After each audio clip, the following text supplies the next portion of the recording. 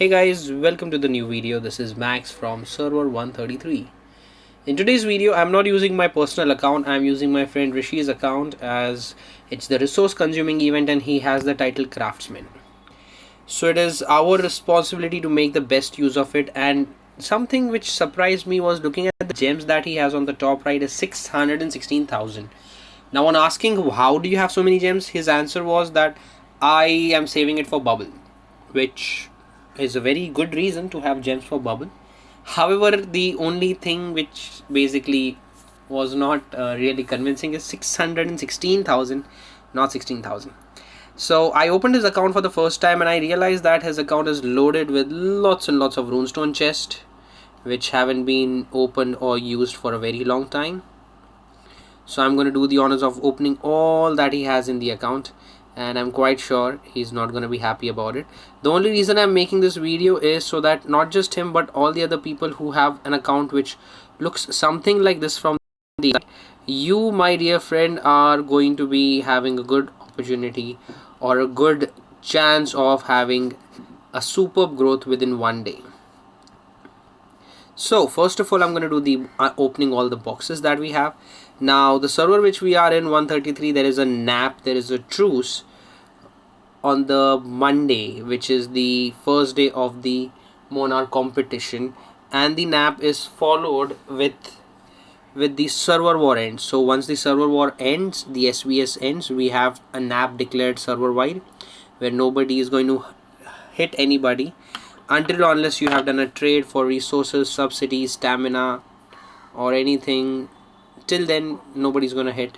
Once the day 2 begins of the Monarch competition, that's when hitting and killing is allowed. And here you see another 100,000 gems in the holding. So that's, I'm not gonna open that, I'm gonna leave it be. So now here we see chips, gold has all been opened. That's a 673 million gold with 616,000 gems and around 429,000 wheel of fortune. Now what are we going to do with this keep? Our target is to make sure that we construct and finish everything that we can up to keep level 30.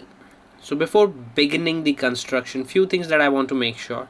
First is that I have got golden Europes on his account. European subordinate cities will increase the construction speed. I have made a video in the past about the subordinate cities, but I will do a small walkthrough of the subordinate cities in this video as well.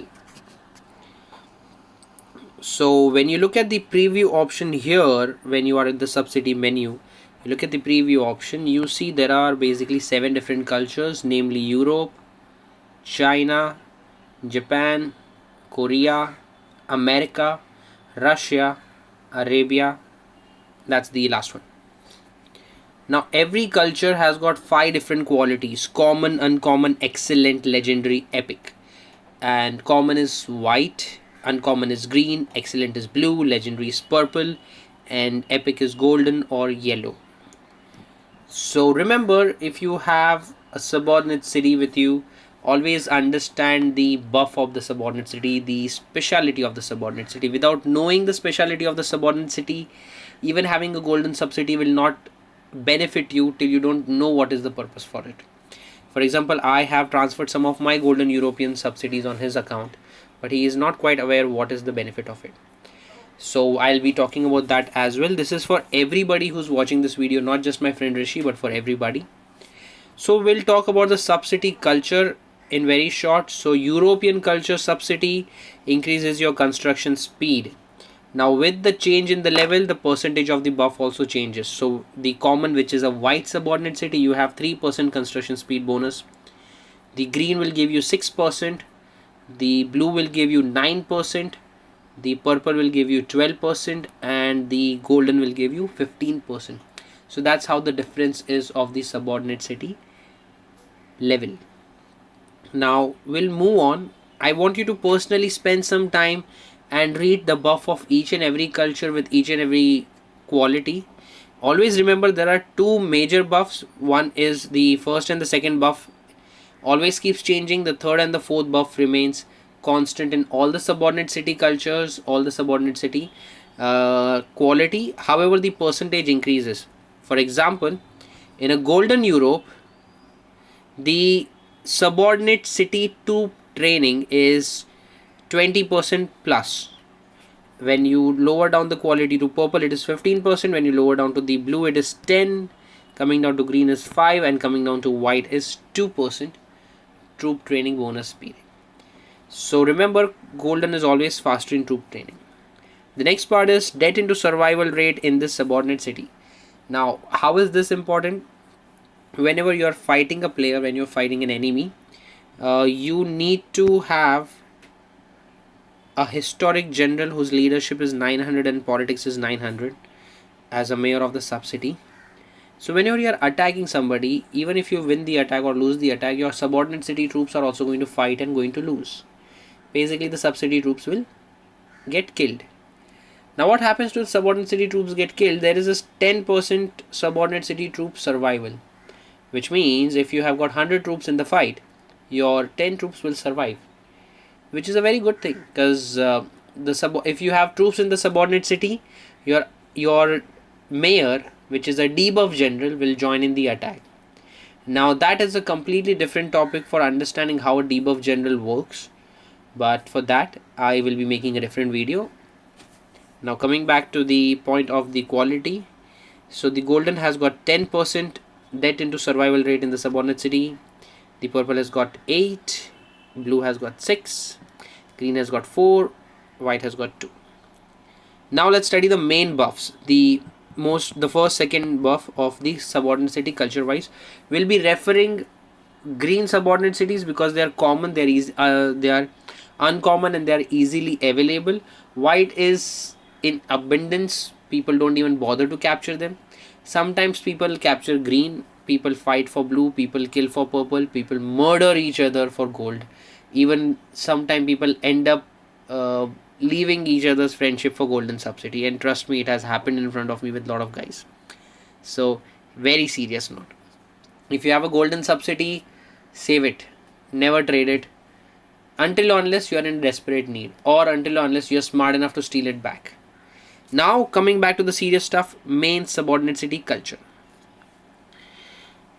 So Europe has got architecture and monster kill experience. If you move on to China, China has the resource production speed and training speed. You can see the second buff, training speed, recruitment law. Now the second buff, which is training speed, improves on the China culture. It is not the troop training in the subordinate city, is the training speed in the main city. Moving to the next culture, we have Japan. Japan is a player versus player sub. It's a PvP sub. It increases the main city attacking troops attack by 4% and research factory material production speed by 2%. This is not such a very important thing if you are a low level player, but when you reach higher level, your research factory is going to be really important. So Japan is a PvP sub, which is a player versus player sub. If you're planning to attack people, this sub-city increases your attack buff. Korea is for people who prefer more to gather. Like, difference between China and Korea is China gives you passive production. So if you are joining a lot of rallies, Chinese subs will keep producing this resources, but your tiles need to be maxed out and your resource production speed needs to be maxed out to really enjoy this buff. However, the Korean is more on the gathering. This is for players that spend majority time gathering and few hours in a day playing. So Korea is good for them because Korea will give you the extra resources from gathering 6%. Now remember, this is what we are looking at, uncommon, the green color. When you improve the quality, the buff will also increase. Moving on to America. America is for research speed. Again, it's a development sub like Europe. Europe gives you construction, America gives you research. Russia is for the defense, in city troop attack 4%, trap attack 6%. So when you are playing on defense or when you're setting up traps and you want enemies to come and give you blind hit, this is the culture that you should prefer of your subordinate cities.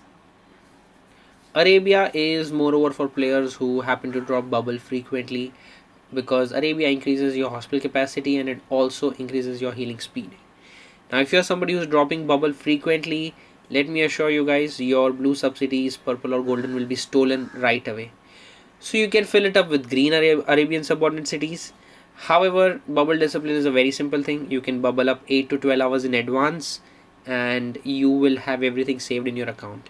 There's a video which I have made about that. If you watch it, you will get to know more about the how to have a sustainable growth in the game. Now the next question is, these are the external subordinate cities which you can capture, steal, trade or win in the subordinate city event. But how about the main city subordinate city, and what is the main city subordinate city culture? So your main city subordinate city culture is going to be your city culture. So my city culture is America right now. So the subordinate city culture will also be America. Now as this is a resource consuming event and not speed up consuming event, our major target is going to be spending resources. And how to spend resource? That is by upgrading your buildings or training troops. I do not recommend low level players to spend resources on training troops until or unless they are planning to try for their SVS wings. The reason is, at lower level you are just going to be playing battlefield and that's where your troops are going to be used. I would rather recommend you save your resources for your in-city development. Build a keep completely, like not just your keep level should be 30 but all the buildings in your account should be 30. That will overall improve the quality of your account. Imagine your keep level is 30 but your in-city tiles are small. What happens when the in-city tiles are small? The resource production is as per a keep level 19. Here the keep level is 30, so keep level 30 needs more resource production because it will be training higher quality of troops. So everything in your keep needs to match your keep level. Only then your keep has a value. I'm not talking about selling value but competing value, because imagine if you have a keep 30 but you only have unlocked T10 troops, then if you ever happen to come across a full-fledged developed keep 27, both of your power will be same but the enemy will have an upper hand to beat you. So don't do this. Upgrade your keep from the inside equally. Now is the most important part. Now this is what the video's title would be talking about, and that is upgrading your main subordinate city. So this is the main subordinate city, which is currently a European culture and green in color, which is an uncommon. And these are the buffs, which you can also refer in the preview option, which you will see on your subordinate city list. The preview option which I showed you some time ago, you can refer it later too. Now this is what we're going to do. We're going to upgrade the subordinate city quality. Remember, you cannot do this with the external subcities. You can do this with only internal subcity, the one which is on the very top of your list, the one which comes with your account. It remains. Even if you unbubble, somebody will steal the golden subsidy. Somebody will, even if you leave your account unused for a few months, your main subordinate city will remain and it will passively keep growing. So what we're going to do is we're going to upgrade the subordinate city. How do you upgrade? You see this green arrow right next to the subordinate city? You tap on this and it'll show you. You can upgrade subordinate cities quality. It's going to cost you 50,000 gems. The subordinate city keep requirement is 15. And these are the buffs that will give you. So this is the changes. Your training speed will get from 120% to 140%. Subordinate city gold production will increase from 120 to 140. The first buff, which is monetarism, which is increasing the gold production, it will go from 20% to 30%. Scientific experiment, which is research speed, from 6% to 9%. Subordinate city training from 5% to 10%. And war tactics, which is survival of debt to survival rate in the subordinate city, 4% to 6%. So let's spend 50,000 gems and do it. Now you see we have got a blue subordinate city and rest of the external are still golden. We're going to spend some more, which is upgrade the blue to a purple subordinate city. Now here's the most important part. A lot of you guys will not be even aware about the benefit. So I'm going to do a little comparison for you. You see a tavern here, level 27. So upgrading a level 27 to level 28 is going to take me 26 days, 17 hours, 49 minutes. So I'm just going to write it down as 26 days, 17 hours. We'll make it 18 because it is 49 minutes. Now I don't think I have a construction gear. Do I have a general on duty? No, we don't have a general on duty.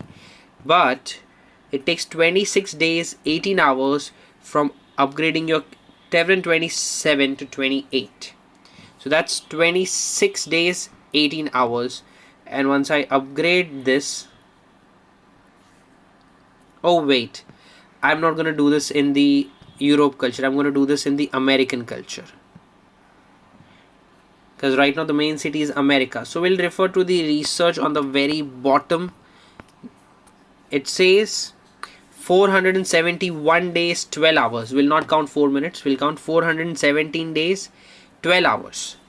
So now, my dear friends, I'm going to change the level of the subordinate city. But before we do it, for the one last time, the last research is 471 days, 12 hours.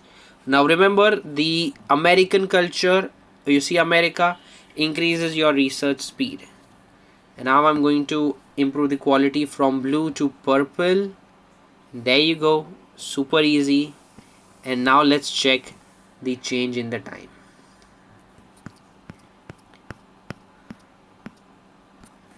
And that's 466 days. Now you might be thinking it is just a matter of few days and I have spent 500,000 gems. But imagine if this is just one research that is getting affected. You are going to be doing endless research till the time you reach Cape 35. And here is the beauty part. It is not just your American culture that will change. When you change your main culture of the main city from America to Europe, we are looking at construction. But before we change, we'll have a look at our Tavern for last time. Upgrading it is going to take 26 days, 18 hours. We're going to change the culture to Europe. It's going to take a bit of loading, downloading packs. 26 days, 18 hours. And now our culture has changed to Europe. 26 days, 18 hours turned to 25 days, 21 hours. Again, a small saving of few hours or maybe 18 hours. But imagine if we are looking at not just a tavern but a keep 34 to 35. When I upgraded my keep from 34 to 35, without the subordinate cities, gear, title, it was taking 1300 days. After adding the title, the subordinate cities, golden subcities, in city purple, all of that, my overall construction time cut down to 880 days, which is a flat 500 days of saving. You can also see the details or change in the administration, 271% construction speed. Now, when should you upgrade your subordinate city? Try to upgrade your subordinate city during the super value event, where you see the option of gems consuming. Don't do this on the off event times, because then gems consuming reward will not be counted. Here, when I did it during the gems consuming event, I have got 100 hours of construction speed up, plus I got 300, that's a 400 hours of construction speed up, and 3 into 300, which is 900. So in total 1200 hours of construction speed ups. So if you spend the gems wisely on the right time, it's going to reward you. And now we are going to be waiting for the reset, as after the reset, the city development event, if it pops up, I'm going to be finishing up the construction. And if you are done watching the video, ask me in the comment section how much resources did we consume on his account by the end of the day till we had the craftsman title, and I'm going to give you the response, which you can also add Rishi in your friend list and you can check with him. This is his player ID 25914545. Ask for the screenshots and he's going to give you. Right now I'm going to show you the construction power on his account is 4.2 million, and it's a keep 28, constructing 29. After a few hours you're going to see a huge difference. So guys, thank you all for tuning in. Do subscribe to my channel, do share my videos, and keep enjoying the game, man. It's really fun, it's worth it. It is addictive, but you will love it.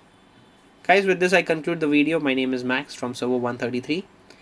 Once again, thank you all for watching, and it's time for me to say a goodbye. So this is Max signing out. I will see you next time.